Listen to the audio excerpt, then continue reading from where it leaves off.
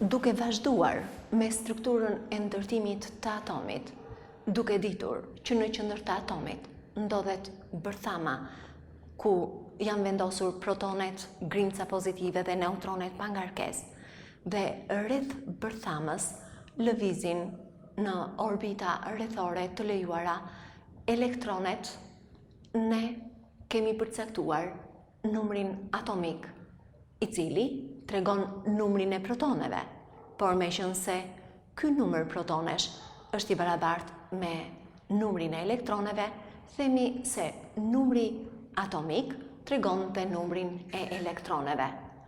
Kështu, kur na jepet numri atomik, ne dim sa është numri i elektroneve në një atom.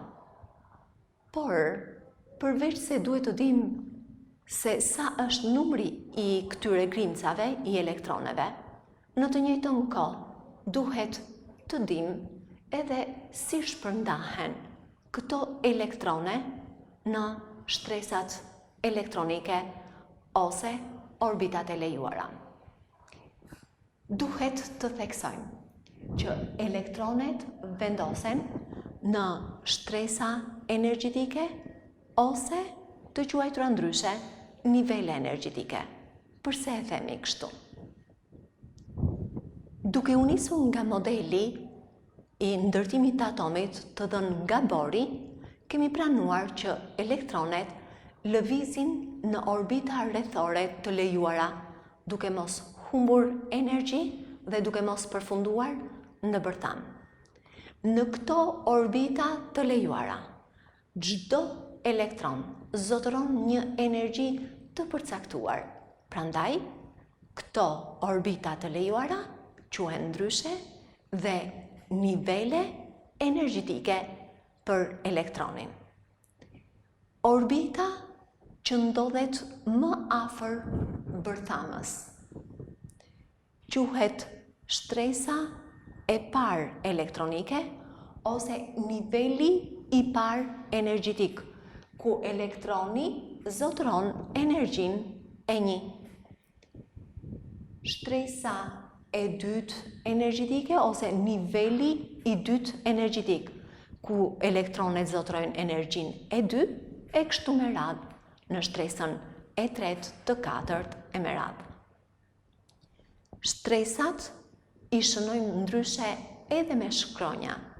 Shtresa që ndodhet më afër bërthamës shënohet me K. E dyta pasaj me L, ajo që largohet edhe më shumë nga bërthama me M, N, O, P, Q. Pra, shënojnë edhe me shkronja. Por, çfarë duhet të dim? Energjia që zotëron elektroni në nivelin e parë energjetik, në nivelin më afër bërthamës, është më e vogël se sa energjia që zotëron elektroni në nivelin e dytë energjetik. Dhe sa më shumë të largohemi nga bërthama, aq më e madhe është energjia që zotëron elektroni në këto shtresa energjetike ose në këto nivele energjetike. Pra, e shprehur, e njëshi është më e vogël se e dyshi, më e vogël se sa energjia e elektronit në shtresën e tretë. Por cili është rregulli i shpërndarjes së elektroneve? Fillimisht mbushen me elektrone shtresat ose nivelet energjetike që zotërojnë energjinë më të ulët, në mënyrë që atomi të jetë një sistem sa më i qëndrueshëm. Në të njëjtën kohë, duhet të dim që shtresa e parë elektronike ose niveli i parë energjetik mbushet maksimalisht me 2 elektrone dhe është i pari që mbushet. Në qoftë se atomi ka më shumë se sa 2 elektrone, do të fillojë të mbushet shtresa e dytë ose shtresa L, e cila mban maksimalisht 8 elektrone. Në qoftë se atomi ka më shumë se sa 10 elektrone të vendosura përkatësisht, 2 në shtresën K në shtresën e parë dhe 8 në shtresën L ose në shtresën e dytë, atëherë fillon të mbushet shtresa e tretë elektronike, e cila mban maksimalisht 18 elektrone. Por, në kursin e njohurive të klasës së 9, ne do punojmë deri në mbushjen e shtresës së tretë me 8 elektrone. Mbushja e shtresës së tretë me më shumë se 8 elektrone do shikohet në kimin e klasave më të larta. Në qoftë se shtresat elektronike nuk kanë numrin maksimal të elektroneve, atëherë këto quhen shtresa të paplotësuara. Edhe një koncept tjetër shumë i rëndësishëm, elektronet që ndodhen në shtresën më të jashtme, pra në shtresën që ndodhet më larg bërthamës, quhen elektrone valentore. E theksoj edhe një herë këtë koncept, elektronet e shtresës së jashtme, ato që ndodhen më larg bërthamës, quhen elektrone valentore, që përcaktojnë valencën e elementit. Por si paraqitet ose si tregohet shpërndarja e elektroneve në atom? Shpërndarja e elektroneve në një atom tregohet me figurë ose me strukturë elektronike. Për shembull, në qoftë se zën numrin atomik e kemi të barabartë me 6, kjo tregon që atomi ka gjithsej 6 elektrone. Me figurë do të paraqitej. Në shtresën e parë, atë që ndodhet më afër bërthamës, bërthama ka ngarkesën plus 6. Z-ja tregon numrin e protoneve, kemi 6 protone, si rjedhojnë ngarkesa e bërthamës plus 6. Në shtresën e parë elektronike, atë që ndodhet më afër bërthamës, vendosen maksimumi 2 elektrone. Ja ku janë vendosur 2 elektrone. Por, Z-ja është e barabartë me 6, mbeten dhe 4 elektrone. Atëherë 4 elektronet do të vendosen në shtresën e dytë.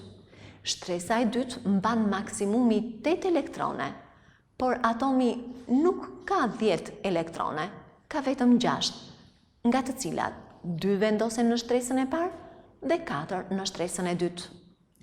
Ndërsa, shpërndarja e elektroneve me strukturë elektronike do të ishte 2, 4. Çfarë tregon kjo? Kjo tregon që 2 elektrone vendosen në shtresën e parë ose shtresën K dhe 4 elektrone vendosen në shtresën e dytë ose shtresa L. Për ta pasur më të qartë, le të marrim edhe një shembull tjetër. Kur numri atomik Z është i barabartë me 12, gjithmonë do kujtojmë çfarë tregon numri atomik. Tregon numrin e protoneve, që është 12, pra ngarkesa e bërthamës është plus 12, por tregon edhe numrin e elektroneve. Atëherë ky atom ka 12 elektrone. Si shpërndahen 12 elektrone?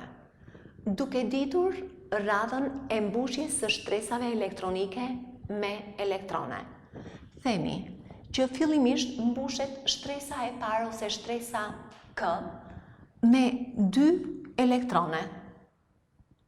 Pastaj mbushet shtresa L, e cila mban maksimumi 8 elektrone. Atëherë vendosen dhe 8 elektrone tek shtresa e dytë. Gjithsej, shtresa e parë dhe e dytë mbajnë 10 elektrone, ndërkohë që zën e kemi 12, do të thotë që kemi dhe 2 elektrone të tjera për të vendosur. Këto 2 elektrone të tjera do të vendosen në shtresën e tretë ose shtresa M. Kjo tregon që shtresa M është e paplotësuar. Aty mund të vendosen akoma elektrone të tjerë. Ndërkohë, ju theksoj që meqense numri i elektroneve në shtresën më të jashtme, atë më larg bërthamës, është 2, themi që ky atom me këtë numër atomik, numrin e elektroneve valentore e ka të barabartë me 2. Ne paraqitëm vetëm strukturën elektronike, por ne mund të tregojmë shpërndarjen e elektroneve të këtij atomi me këtë numër atomik dhe me figurë si do veprohet. Duke ditur që në qendër të atomit vendoset bërthama, atëherë vendosim bërthamën me ngarkesën +12. Shtresa më afër bërthamës do të mbushet me 2 elektrone. Shtresa e dytë do të mbushet me 8 elektrone dhe shtresa e tretë elektronike do të mbushet vetëm me 2 elektrone.